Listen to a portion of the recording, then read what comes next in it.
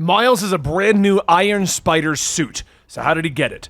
Well, you see, it's going on in the event known as Carnage Reigns. Carnage has had a bone to pick with Miles Morales ever since the King in Black event, when Miles got his own symbiote controlled by Carnage but somehow was able to break free of him. Ever since then, Carnage has wanted to fight Miles again to teach him who the real boss is, and eventually he got his hands on an Iron Man suit that was combined with a symbiote, and he turned it into his own extrembiote.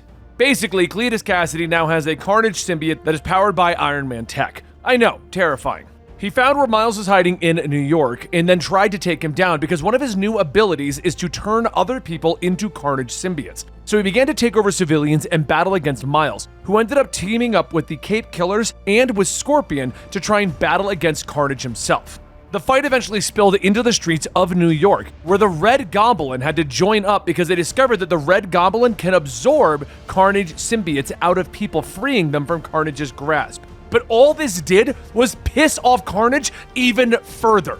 The battle continued to rage on until finally Tony Stark realized Carnage was running around in one of his suits, causing a lot of mayhem, and Tony has decided to get involved. This is Carnage Reigns, and today we're going to be covering Miles Morales, issue number 7, where we're going to find out more about his Iron Spider suit, and we're going to be covering Carnage Reigns Omega, the final battle. I make audio dramas of comic books so that you know what's going on and know what to add to your collection, and Carnage Reigns is amazing! Now let's get into Miles Morales number 7. Back in Manhattan, Cletus finishes with his upgrades, deciding to stretch his wings as he flies over the city, telling them, "I'm starting to feel like my old self again! The more you make me bleed, the badder I become!" While Miles and Scorpion get back towards the ground, Taskmaster and Electro take their shot as Taskmaster lets loose 3 explosive arrows that try to give the other 2 some cover. Cletus turns his attention to them, telling them, "That was pretty cute that you think that would work." Taskmaster asks Electra if she can pick up some speed, and she tells him sure. Just gotta let go of some dead weight. And she lets go of Taskmaster. After dropping him, she flies towards Miles, telling him that Gao told her that they have similar electric powers. Miles tries to argue against using it with her, but she finally convinces him, so he funnels his Venom Blast into Electra to charge her up, and then she turns, releasing it into one giant blast. The shot hits Cletus dead on as everyone waits to see if it was effective. And then they see Cletus peering through the smoke. "If you wanted my attention, you sure as heck have it now!" Suddenly, red tendrils shoot out, slashing and cutting into Miles and Electro, splitting them apart and flinging them across the city. Hightail catches Electro, while Taskmaster stands up. "That's what you get for dropping me. But now it's time to see if this little rocket that I stole from the dusty old Stark building can help."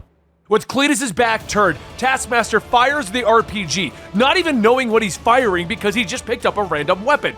And Cletus turns back, swatting it away. "Shooting a guy in the back is low, even for you, Taskmaster. That's why I prefer to stab him." The rocket then ricochets, flying into a nearby building, and people begin to scream for help as Hightail pushes Taskmaster out of the way, telling him, "You just brought down the whole building."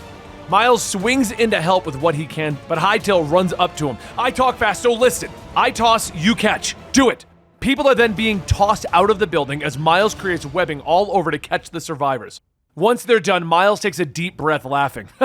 "Wow, okay, Usain Bolt, I see you." And Hightail says, "This does not make us friends." And that's when Miles, Hightail, and Scorpion attempt to do what they can. But with every inch that they make against Carnage, Cletus takes a mile. He begins laughing. "The chase is part of the fun! Hell, it's all of the fun!" He whips a tail at Hightail, but Miles jumps in the way, taking the hit, asking if she's okay. Cletus tells him, "I wouldn't be worrying about her, kid." At that moment, something pops up on Gao's radars, and a voice comes over the comms. "I'm not one to eavesdrop, but my ears just wouldn't stop burning." Tony Stark flies in with his Iron Man suit, firing a sonic disruptor to keep Cletus away, looking down. "Hey, Spidey, looks like you got yourselves a little Carnage problem." Once everyone is clear, Tony turns his focus back to Cletus, and his attitude changes from playful to serious. "I had a long time to prepare for this after you ran off with my tech. You steal the extrembiote, and you turn it into this monstrosity? Who better to slay the evil dragon than a knight in titanium armor?" He jumps in with an electric spear, stabbing Cletus in the mouth, allowing his suit the time to start transferring power. He then tells everyone to clear the way. He wants Cassidy to feel this! And as soon as he finishes charging, he releases all of that stored energy straight into Cletus. As the smoke clears, everyone can see the smoldering remains of what Cletus was. And Miles asks, "Did we win?" Hightail tells him to just take the win. But at that moment, there's a loud clang as Tony slams on the ground behind them.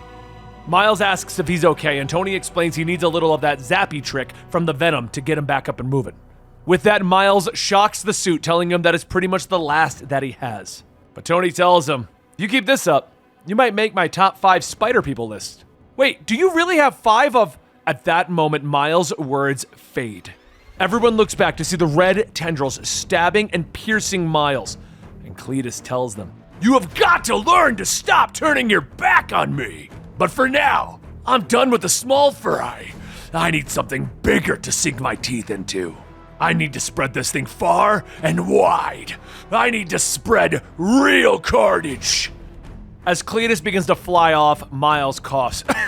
"That was stupid of me, so stupid. I should have never let my guard down." Tony grabs him. "Stay with me, kid. We can't have you dying that easily." Hightail runs over, asking if they can fix this. Tony tells them that they have good news and bad news.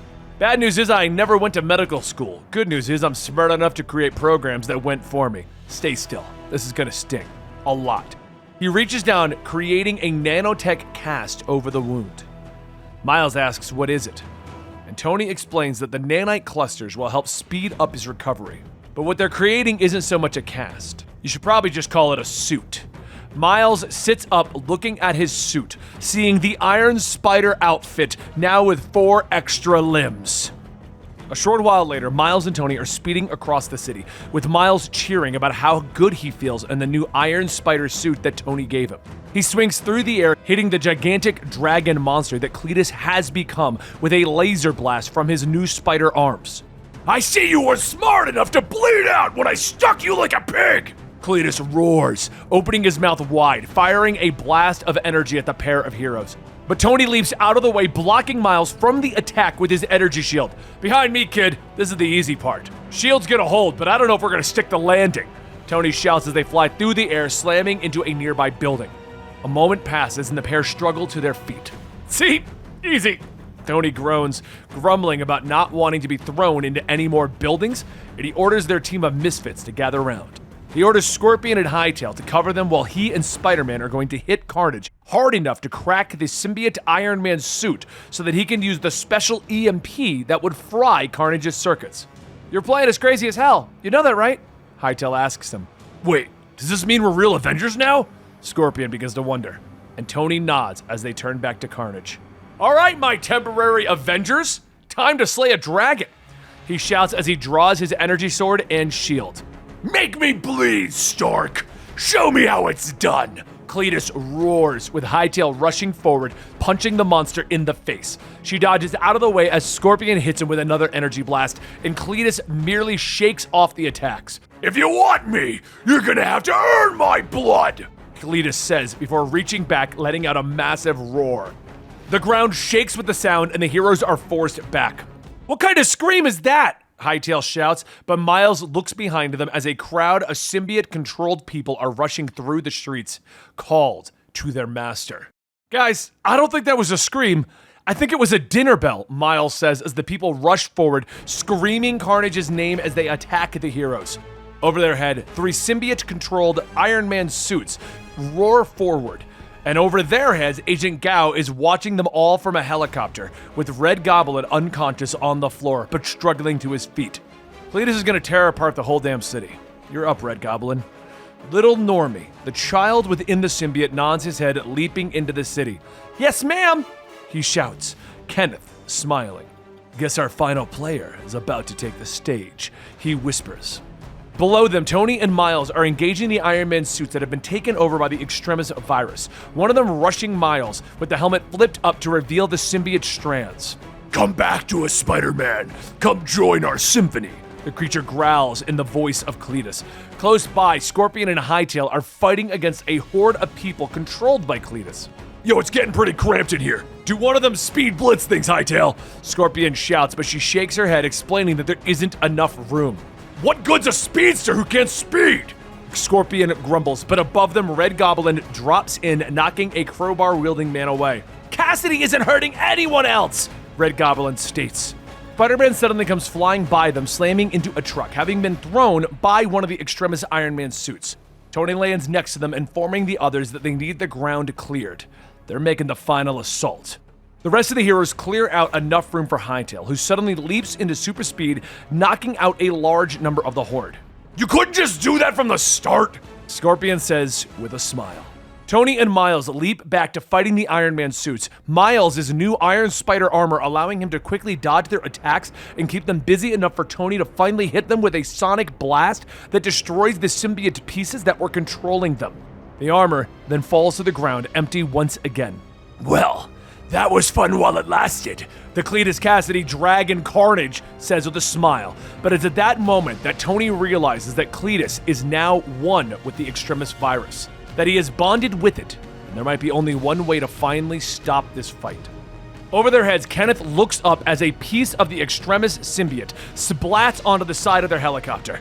While Gao is distracted, he manages to slip free of his cuffs, and he grabs a hold of the symbiote, allowing it to bond with his skin. With maniacal laughter, he reaches out, grabbing a hold of the pilot, grabbing the stick and pointing them at the ground. You don't understand what's waiting out in the stars. Cletus Cassidy is the only one who can stop the Carnage symbiote, he shouts to Gao. On the ground, Miles looks up as a helicopter is now flying through the air. Gao is thrown clear and Spider-Man leaps up to grab her as the chopper crashes hard into the New York streets. Kenneth manages to struggle free of the crash, staggering over to Carnage. Cletus, I got your message. I understand my purpose now. The Carnage symbiote is waiting out in the stars. Kenneth gasps to his master. But Carnage has had enough of the fanboy reaching down for him, knowing that his piece of the symbiote will heal him. Thanks for the jump, Kenneth! Nearly back to full power, Cletus tells him. Kenneth is confused by this turn of events, but Cletus reaches down, stabbing him through the chest. Internship's over, Kenneth. Hope you enjoyed the lessons. Cletus laughs as he absorbs the serial killer. You always knew it had to end this way. Cletus laughs, and Tony and Miles are there hitting Cletus with everything that they have. Tony flying around the monster, but a tendril reaches out, destroying his gauntlet. Enough of those little Stark toys, Cletus growls, but Miles leaps at the monster, swinging through the air, spinning around him. He avoids Cassidy's tendrils as he picks up speed until he leaps into his side, knocking him to the ground. But Cletus is on his feet quickly, his tendrils lashing out at top speed, knocking off some of the Iron Spider arms as he presses his attack. It's Miles who flips over another attack, his fist beginning to glow with energy. This started with a Venom Blast, so I'm ending it with one! Miles shouts as he slams his fist into the monster, the blast tearing up the street around them, smoke filling the air. And when it clears, Cletus is struggling to his feet. That tickled, he grunts, but Miles has done his job. He leaps out of the way as Tony Stark comes barreling in. Iron Man, now or never! He shouts, and Tony slams into Cletus, burying himself into the monster, attacking his EMP. Cletus roars in anger and pain as the EMP rips apart the Extremis virus, destroying him. And as the smoke clears, Miles struggles over to Tony. Did we do it? Is Cletus gone?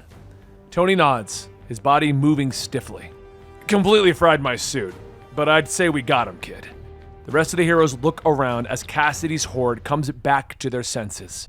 They're no longer controlled by the madman, and Tony explains that he isn't sure if Cassidy will stay gone, but he is at least defeated for now. You did good out there, he tells Miles, putting his hand on his shoulder.